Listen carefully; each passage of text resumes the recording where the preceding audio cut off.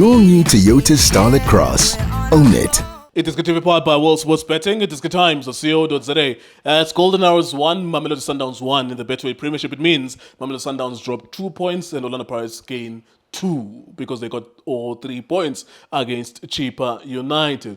Maybe giving hope or false hope to the contenders. We shall see, of course, in the fullness of time whether or not that will happen. We're not going to dwell on the title race every single video, but of course, if it gets more interesting again, we'll maybe touch on it again. As one of the Sundowns dropping points at Golden Arrows, coached by Coach Mamelodi Lindo Pep, our analyst. What did you make of the game, sir? Yes, sir. Yes, Chairman, technical director, Yes, sir. Shane, man. Speedy recovery to Shane. I know Sure. it's not a bad injury, Yeah. but speedy recovery to him. Yes, sir.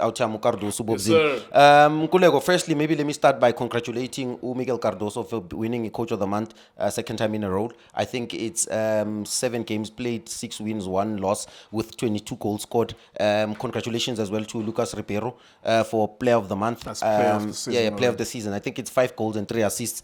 So congrats to that, even with the goal of the Oh, month. you also got the goal Yeah, of yeah. the month. For that But Pirates goal. yeah, for sure.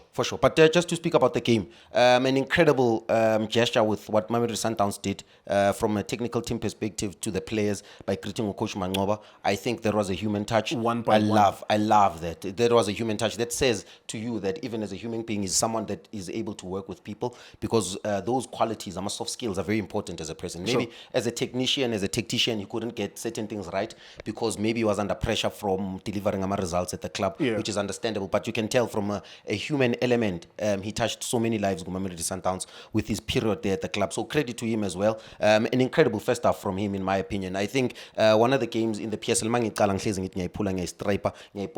I think today it was a tactical humdinger, in my opinion, even though it was a first half draw. You're looking at the tactical structure, Golden Arrows. I think they were very attacking, in my opinion. I think the line defense was very high, being halfway line. You look at the fact that they congested the midfield in the first half, but 1v1. You could tell that someone was on Obas, Jaden Adams, Marcelo Allende, they made the midfield very difficult because it was very difficult for Mamelodi Sundowns to even find each other in terms of passing.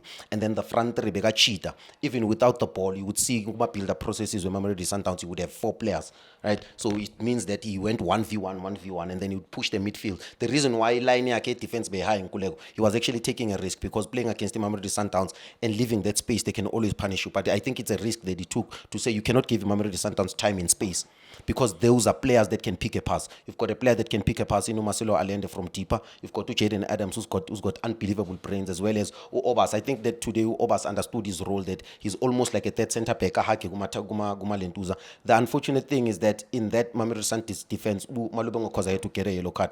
But also the introduction of Usales, I think, helped Mamelodi Sundowns to get the scruff of the ball because he almost plays like a 6 as well. But what was more Suarez, I'm sorry to say that, but I think another detail is it was not only the yellow card, Nkuleko, it was also the vertical passes, because I think the coaches in the second half, they realized that Coach Manqoba wanted to do a change because during half time there were players that were warming up. I think Unoxum Tizwa, and that tactical sub was he realized that there would be spaces Guma fullback. So Opre was free. I think he played very well, in my opinion. Umurena, he's the one that was denied by Ufan Royen because Ufan Royen the guy in a toilet.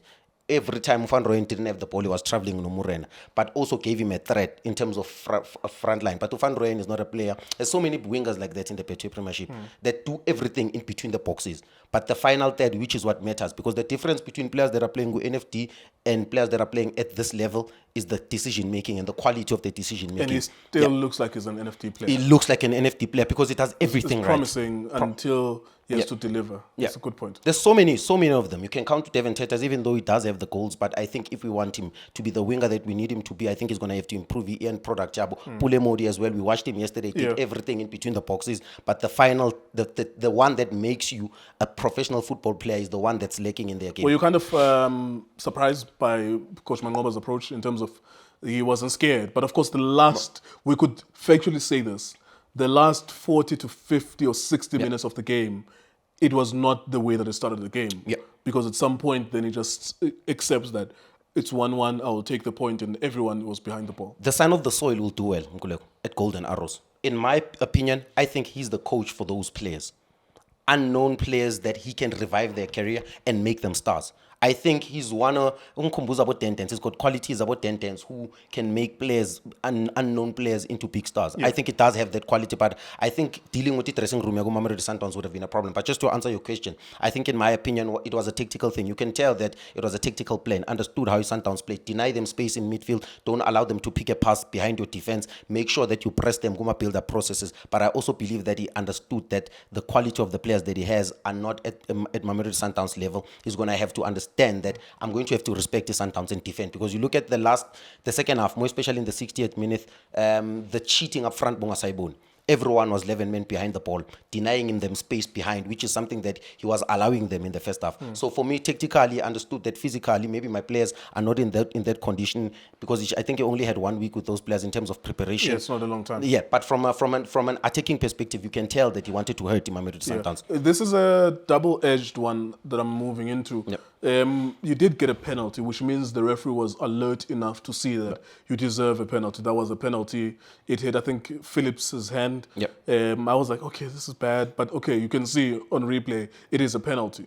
But then, of course, there's also some moments where the linesman is calling an offside when it's not offside, and Sundowns scores. I think he scored twice from those moments. So what did you make of that? Like the refereeing, because you did get the penalty, which is to say that when the referees saw these things, they were competent enough to give them, but then unfortunately they also cost you. Nkululeko, I probably make more mistakes than anyone. I don't want to be too critical by the rest, but very incompetent in my opinion. I think there's two decisions. Peter Shalulile, I think it was in the second half, and the touch that he took and finished, I think that was a clear goal.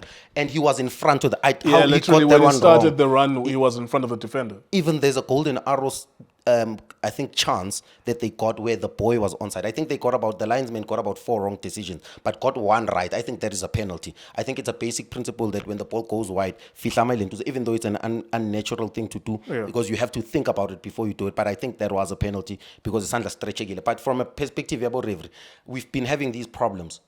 I think we need to improve them, because even the conversation here, VAR, how do you bring VAR to people who are unprofessional, who are amateurs? Remember, our referees in Kolego, they still have normal jobs.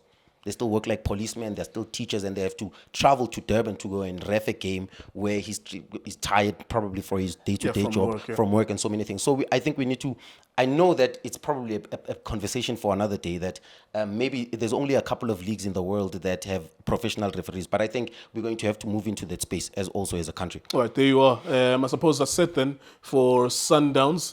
They dropped 2 points tonight. Maybe before I close it, is that the worst thing what's the feeling for you regarding the points dropped?